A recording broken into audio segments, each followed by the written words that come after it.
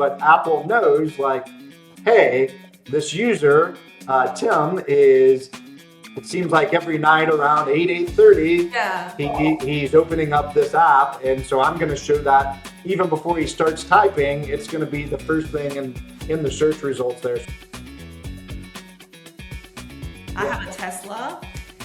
Yeah. When you search the map and destinations, it really do find your patterns, right? Like, this morning I'm going here, on Saturday I go to this farmer's market, and every day when I sit in the car, the next available option as a destination is typically like 1 or 2 in the list.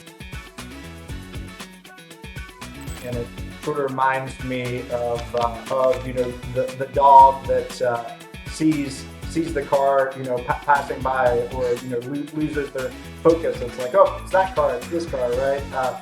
And so AI is going to continue.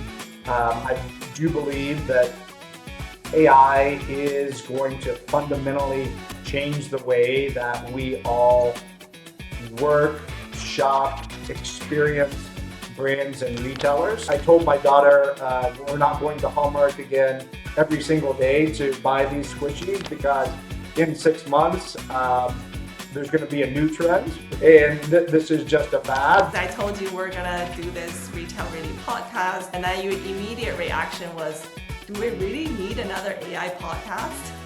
I think we laughed at it, but it's a genuine question to ask, right? Do I think the world needs retail really? Yes, absolutely. Do we need all of these other podcasts? No, I don't know. I can't recall. I recently heard about this authentic retail podcast. Yeah, I know. It's called Retail Really. Hi everyone, welcome to episode 4 of Retail Ready podcast. Today our guest is Timm Henderlight. Timm is a true digital commerce native. He spent a lot of time with technology companies, creating technology in digital marketing, customer experience. He ran his own Inc. 500 company, e-commerce company that he made very successful. He spent the second half of his career advising some of the biggest names in retail. So today the topic is really, do we need another AI podcast? So everyone in retail is talking about AI, but strip away the hype. Most of the retailers are still stuck solving the same problems. Timm has a very interesting framework to share, which he uses to uncover the problems these retailers are facing, understand where they wanted to go, and map out the technologies that can help them to solve them. Let's get started. Great. Hi, Timm. How are you? Good morning. Thank you very much to be part of this episode of the Retail Ready podcast, where I'm very excited to have this conversation with you. Great. Yes. Thanks for having me, Michelle. Excited to be here. Great. So to kick off, I wanted to start with a couple of questions just to help the audience to get to know who Timm is. Obviously, you are a digital native, I think. You ran your own e-commerce brand, you worked in technology companies on digital marketing and obviously personalization and customer experience. And then you spent second half of your career advising some of the biggest retail brands and helping them to achieve the goals that they need to achieve. So what is the through line across all of that for you? Yes, no. So thank you again for having me. I think the through line is being able to work with brands and retailers and help them drive business outcomes, attain their goals, and really recognize and attain metrics and KPIs. So that's one of the biggest thing I've grounded myself in. I really appreciate being able to work directly with those retailers and brands and solve real world problems. And as you alluded to before, my career sort of oscillated in between those technology companies, being an entrepreneur, one of the highlights, getting listed in the Inc. 500 list as fastest growing company. I will admit it's much easier when you're first starting out and you have this expeditious growth at first. You start to plateau eventually, but that certainly one of the highlights of my career, being able to get listed on that Inc. 500 list as the 103rd fastest growing company, 6th in the retail space during my tenure as a board member and CEO of Shoezoo.com between 2008 and 2011. Right. And then I know when we kind of started preparing for this podcast, and then you asked a really good question, because I told you we're going to do this Retail Ready podcast, and, we're going to talk about AI, talk about, new technologies and innovation. And then your immediate reaction was, do we really need another AI podcast? I think we laughed at it, but I think it's a genuine question to ask, right? Do I think the world needs retail really? Yes, absolutely. Do we need all of these other podcasts? Well, I don't know. As you mentioned, AI in some form has been around for so many years, but it's really been that generative part of AI over the past few years. When OpenAI launched, ChatGPT, and then we have Anthropic with Claude, and then of course the shift now with AI-led search and findability.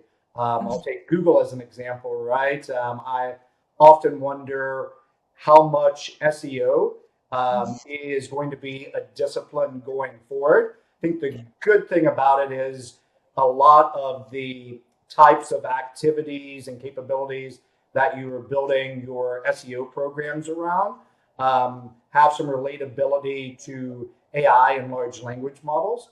But even if you look at Google now, they have their first generated results or their AI results. Then, of course, they have their paid advertising, not surprising, right? How they make a lot of their money. And then the organic listings are the third thing that are listing sort of down on the page. So everyone's sort of leaning into that AI, not just search engines and large language models and the people adopting and using ChatGPT or Claude for products and search now. We were at this crossroads a few years ago, and I'm probably going to get the statistic wrong, where I think at one point it was like 70% of all searches started on Google, or and maybe it was even higher. And then it sort of shifted to Amazon, right? That everyone, you need a product, you go to Amazon first, right? And now, I'm not saying people aren't still going to use Google, people aren't going to still go to Amazon, but I think people now are going to start doing a lot more of that product discovery and searches in large language models like ChatGPT or Claude, or pick your one of any of those of choice. So I do believe that whenever people are thinking about podcasts and creating new podcasts, number one thing they need to think about is, how is this going to add value to people's day? How is it going to help brands or retailers or employees? And then number two is just having compelling messaging and topics, as well as being focused on certain areas. There's probably a space for very broad topics as well. But I think having a more narrowly tailored and focused message are the things that are likely going to resonate more with your target audience. Yeah, I completely agree. When I was kind of, just reading on some of the stuff you posted, and that something, stood out is that you have a unique way of helping retailers with better customer experience with a framework called the CX Enablement Mapping. I have not heard of that. I think it's quite unique in the blueprint consultancy. Like, that's what you guys do. Can you take me through what that is, and then why is it important for retailers? Because as I understand it, you start with not the technology. You start with what you already have and where you want it to go, and then map that out before you even touch the technology topic. Absolutely, yes, and thank you for that. I'll tell a quick anecdote. Bill, if you're listening, one of my previous colleagues I used to work with, whenever I first approached him and started using this methodology with his team, he said that it was unique, and he had been at other large organizations, and he said that he hadn't seen anything like it before. I didn't think it was that profound, but where I saw some gaps were in traditional customer journey mapping, which I still think that there are a lot of great use cases for that, especially around traditional empathy maps and things like those types of outputs that a lot of consultancies and agencies still do today. But where it sort of missed out, and I had a client one time come to me, and I won't call out the large consultancy, but they told me, they said, "Hey, Timm, we worked with this consultancy for 2 years and probably spent God knows how much money." They didn't tell me, right? And they said, what we felt like when we got out of this 2-year large engagement was just pretty PowerPoint slides that regurgitated everything that we had told them. There wasn't a whole lot of original thought in it. But most importantly, what's really missing here was the ability to activate and execute on the strategy. So even if we agreed with the strategy and the vision forward, what was missing was, how do we actually activate and execute on this? And so I created what I call this CX enablement mapping, which takes those customer journeys and then it overlays the technology that is needed to support all of those journeys and experiences, and then the data flows that go into all of those experiences. They're going to power the experiences. And when you think about online websites and commerce experiences, and whether it's the homepage or wherever it is throughout the commerce, the shopping funnel, oftentimes you have composable headless commerce, so you have a different platform owning the glass and rendering the experience, and then you have data coming in from maybe it's a digital experience platform, and you've got product coming in from PIM data. You've got the ability to promise coming in from your order management. You've got whether it's available in the store, also coming from these disparate systems. So you've got all of this data coming into the page. And so that really helped my clients sort of understand, and you're almost backing into a gap analysis there. Of what existing technology and data. And it also, one of the things I create, which I've stolen from sales, is what I call a sequence of activation.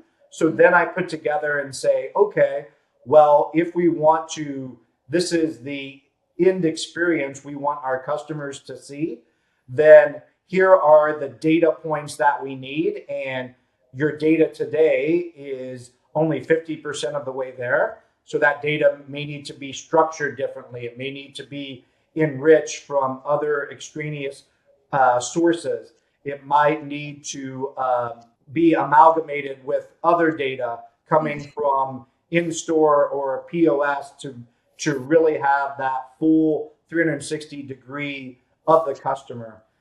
So that has really resonated with my clients and customers, is this enablement mapping, as I call it, which sort of blends together traditional customer journeys and system architecture diagrams and data activation. And then also at every point throughout the journey, making sure that we're measuring and capturing customer data so that we can improve the experience, and also look back and measure the impact and ROI of the experiences and technology.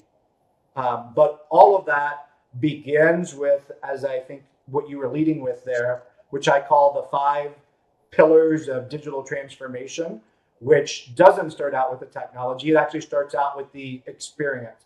The first thing when customers come to me and they say, hey, I've got Salesforce, I've got Adobe, and I've got all of these other Microsoft, I've got all these tools, I say, no.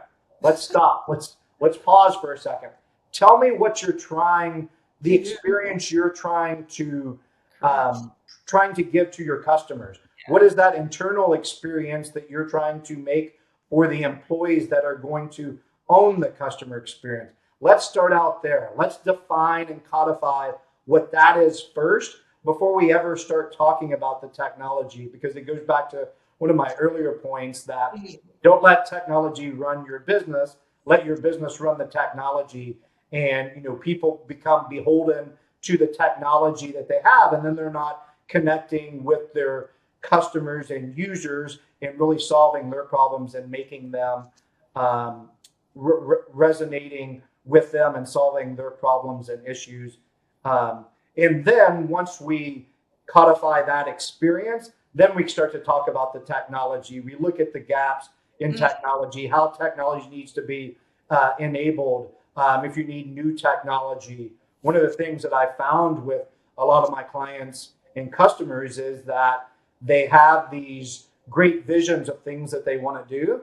And then whenever we get under the hood and say, well, you could actually do about 60 to 70% of that with your existing technology. But if you want to get to 95%, you're probably going to need these other technologies. And they say, well, that's not in the budget today. And we're good over the next year or two at 70% would be better than the 20% we are today. So that's one of the things that oftentimes I'm finding as a consultant and advisor is that 70% is good enough for today without having to make future investments in new platforms and implementing new technology.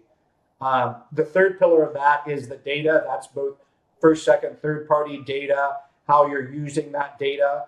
But data is also duplicative around not only the data that you have, but also creating measurement models and analytics and tagging, making sure that every customer touch point, you're able to collect and capture how the users are interacting with your experiences. That's in store, online, any brand touch point. And then the last part of this is probably something everyone's heard about before, which is that change management, the people and technology and processes. So that isn't purposely at the end, and some of that can happen concurrently, but you do have to sort of define and codify the experience first before you can have people following the right processes, pulling the right levers at the right times, with the proper training to be able to do that through the technology to make them effective in their jobs and in their roles. And of course, AI is playing a big part of that today as well. Wow. I love it. It's a really a framework that threads the 5 pillars of digital transformation so that you're actually able to get from the top to the bottom and be able to make the right decisions in this process. So I think everyone should adopt it. Seriously. No, I appreciate that. And I can't tell you how many times people sort of skip a few steps and say, oh, well, I just want to do this or this. And they oftentimes forget about, the people and process. And then they come back to me and say, hey, Timm, we're not able to activate or execute on this. And I have to remind them that, hey, we were very adamant that you needed the change management process to go with this too, because you can't just enable the technology and not have the right processes and people, or take out the data. Data obviously is so important. That's the thing that is empowering all of the AI and large language models today. And then, of course, experience and technology are equally as important. Great, great. Now I want to kind of switch gear to maybe physical retail, because I wanted to touch upon omni-channel personalization as well. So there's a narrative, I think, for maybe like even before COVID, that people are saying physical retail is dying. But I think we're figuring out that's not the case. Physical retail is still important. It's still driving most of the revenue. And now Gen Zs are coming back to stores. So how do you think physical retail will play a role in the new era of kind of omni-channel customer experience for retailers?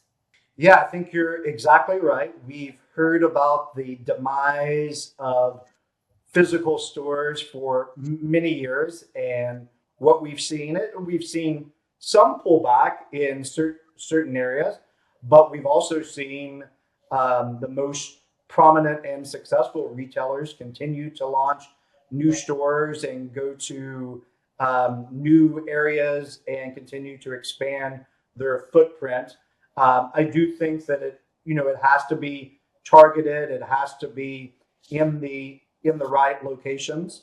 But I agree. I think what the data shows and support is that although e-commerce continues to grow exponentially year over year, when you look at the big box stores and retailers, still, as much as 80, sometimes 90%, I don't think people realize that, of their revenue is still driven by in-store sales.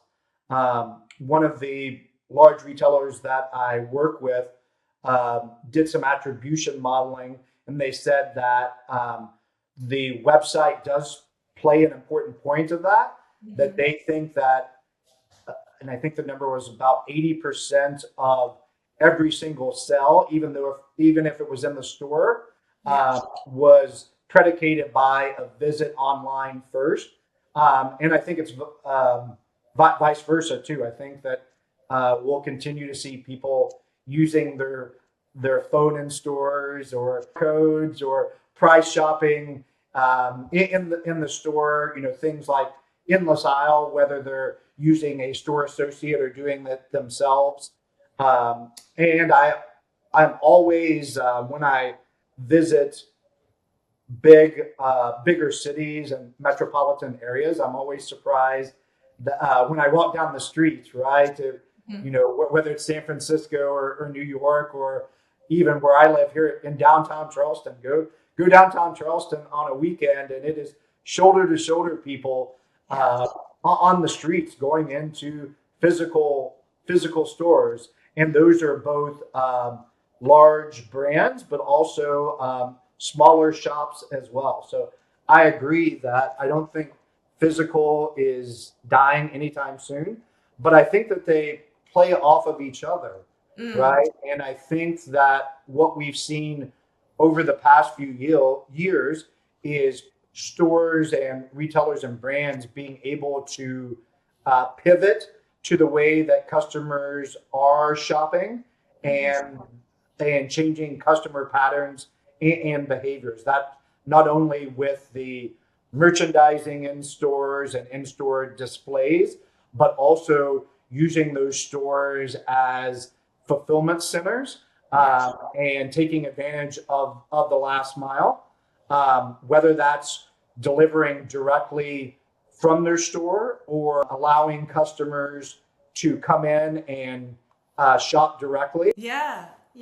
So that's very interesting. But I think one challenge, this is what we face when we talk to a lot of the customers as well.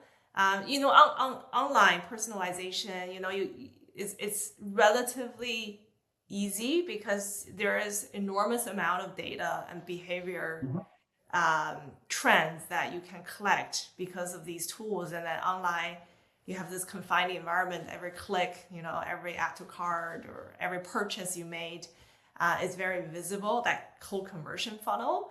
But in the offline world, that gets really difficult, right? Like you mentioned, using physical stores as fulfillment. Like even if you have the same brand, have two stores in the Bay Area, the one in San Francisco is going to be different from the one where I live, maybe in San Jose, right? Yeah, I think there's a couple different factors there that I want to touch on.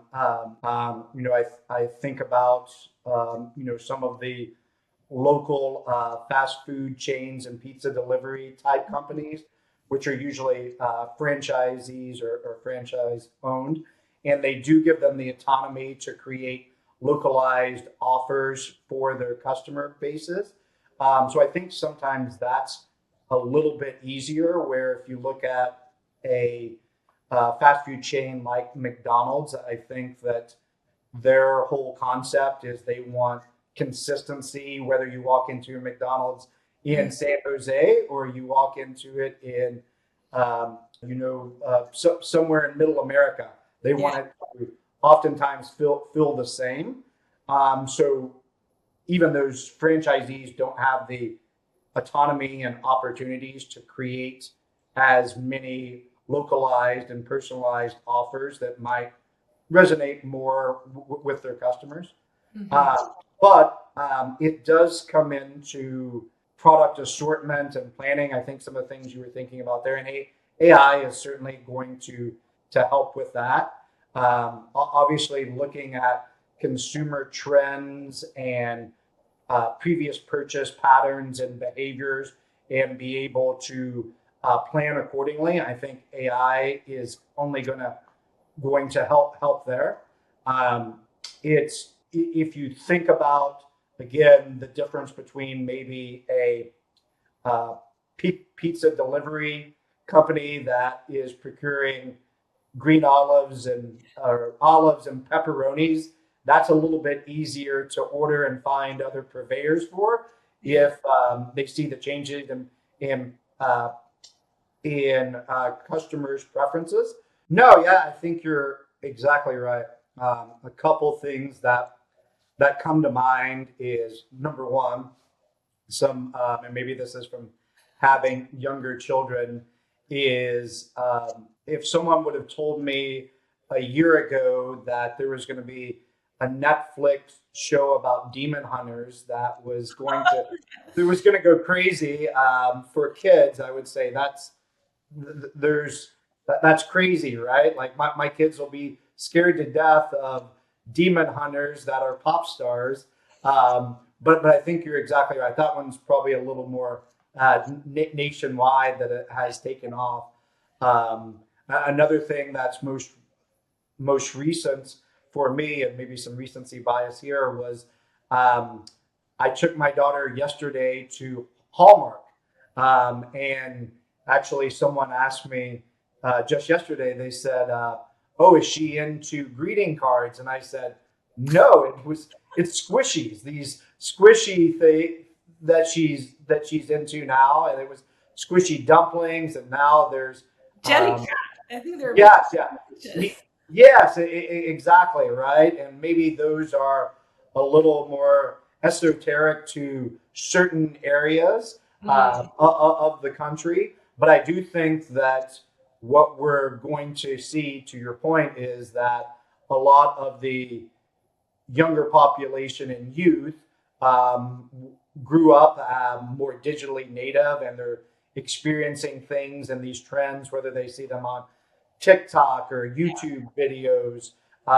And those are going to be the types of things, to your point, that retailers and brands and in-stores could be able to see these trends happening, and be able to plan for those and have those items in the store. Some of those, I think, will be, and I think what we're talking about here isn't just previous data. That's always sort of been the issue with analytics and data, is that it's historical data and it happened in the past, right? And now if I try to pivot, I may have missed the trend and too late. So I think it's both your internal proprietary data, obviously, is going to be a big part of that, but also trying to pull in extraneous data and looking at customer trends and localized, whether it's weather or micro demographics for certain areas. And I think you also see these major big box retailers that do a pretty good job of this, where they have things that they're obviously selling nationwide, but oftentimes they have sections of the store that are really localized, whether that's local sports teams or schools or even products. I buy at a local grocery store a honey that's produced, within the general vicinity here of Charleston. And so I think having those, using that data and trends and being able to forecast and predict, but also pivot very quickly and capture these trends and these micro moments that are happening. The biggest challenge is that oftentimes those are micro moments. Again, not to be a little esoteric here, but I told my daughter we're not going to Hallmark again every single day to buy these squishies, because in 6 months there's going to be a new trend, and this is just a fad. But and not to speak ill of Hallmark, right? But that's the first time I've probably been in Hallmark in many years, right? So they're actually doing a good job, and they had a pretty large section of the store that have all these squishies and dumplings and Neatos. And every time that I'm in there, I see other parents with their children in there. So they are capturing this moment and understanding these trends. And so I think that they are a good example there of how they've transformed their business to capture this micro moment. Yes, yeah. Because I think retail is very competitive, right? People, there's so many stores are selling very similar things. I think is really how you are able to capture these additional revenue opportunities come upon to you, and do it better than your competitors, to be able to stand out and do well in a very competitive market where there's Amazon that's really cheap, where there's convenience of, people can just click a button online and get the stuff. So yeah, absolutely. I think there are a lot of opportunities for retailers who, as they become more aware of what's happening in each individual stores around them, and then gave a bit of power, I think, to the front line as well to make those decisions. I think they will be able to capture additional revenue opportunities that are, coming upon to them, right? Because if you don't do anything, if your competitor did something, then you lose that window. Yeah, I think that's right. And a big part of that is brand loyalty, and understanding your customer base and what the products and services that they have affinity to. But one of the areas that we continue to see where there are some gaps is that data not being tightly connected. If I think about social advertising or social commerce, is there are still many brands that I purchase and frequent and patronize today, where I'll see an ad out there on the website, and I'll click through that ad and I'll actually make the purchase online, and then I'll see that same ad 2 weeks later for the exact same product. And I'm banging my head against the wall going, your return on ad spend on this is got to be negative, because I just bought that shirt 2 weeks ago or 4 weeks ago, right? and I'm not going to buy it again. Why don't you show me the pants that go with it? Why don't you show me alternate colors, other related and ancillary products? But what we find is that that data is not tightly integrated. And so they're not being able to feed it full cycle back to through their ad campaigns, and whether that's out on social, whether that's through SMS or email marketing, or even on sites. And one of the other areas I've also in the past worked with a lot of CPG type companies, but then maybe let's say looking at lookalike modeling or actual empirical data around how often I buy paper towels or any type of consumables or replenishment type items. Maybe after 3 weeks or a month, that I'm probably going to be ready to buy again soon. So that all of a sudden, that becomes, is promoted in everything that I'm doing.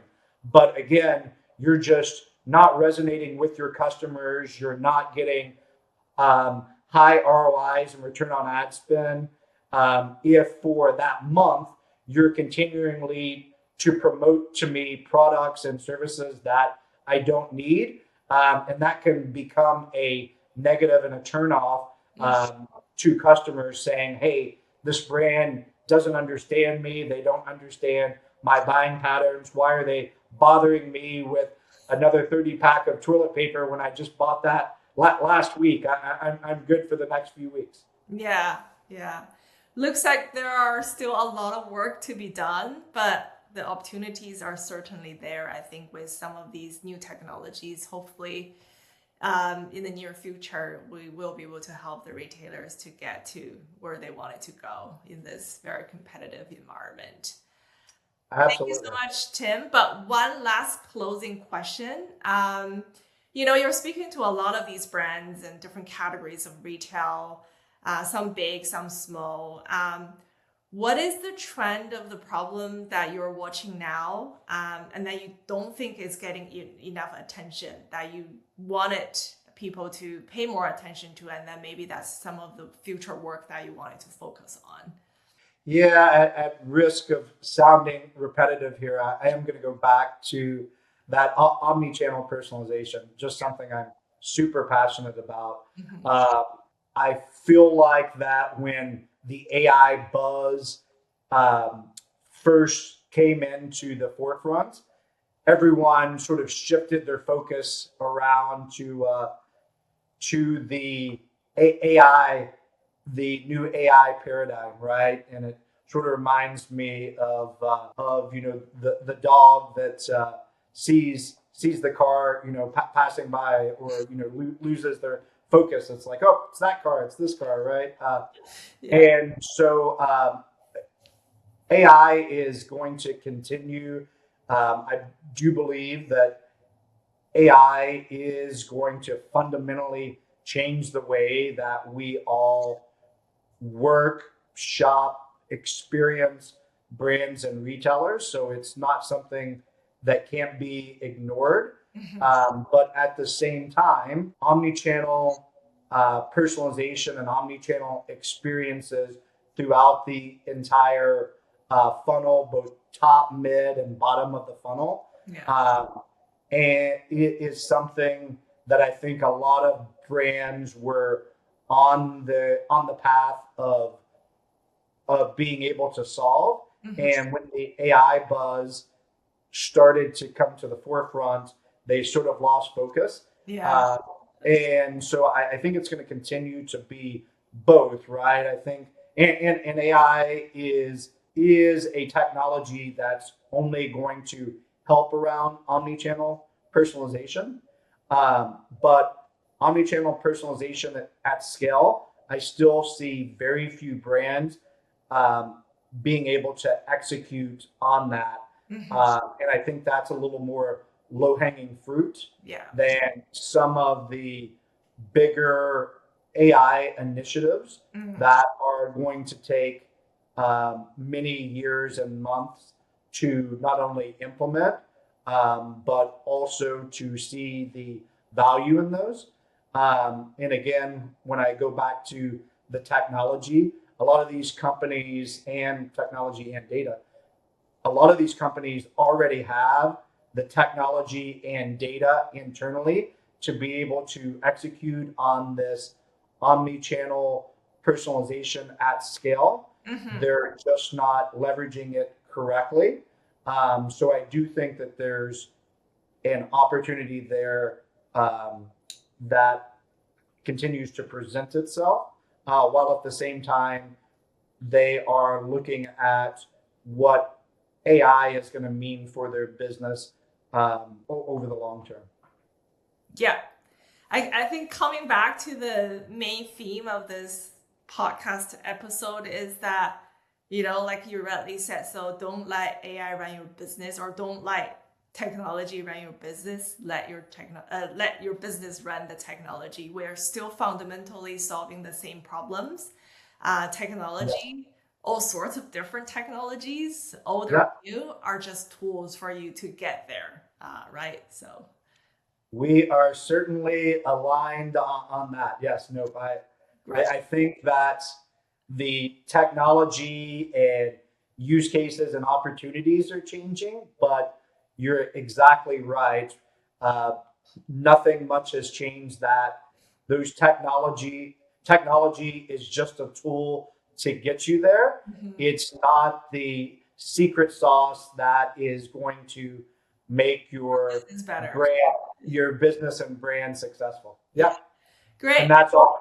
And I think that's always going to come back to putting experiences out there for your customer that resonate with them and solves their issues and their wants, needs, and desires. Perfect. That's a perfect ending. That's a wrap. Thank you so much, Timm. It's great to have you. Hopefully we'll get you on this podcast again in a few months, and then there's maybe more topics to discuss. Yes, no, thank you, Michelle. And hopefully if some of my predictions and thoughts turn out not to be true, we can go back and delete this podcast and we'll just film a new one. Great. Thank you so much, Timm.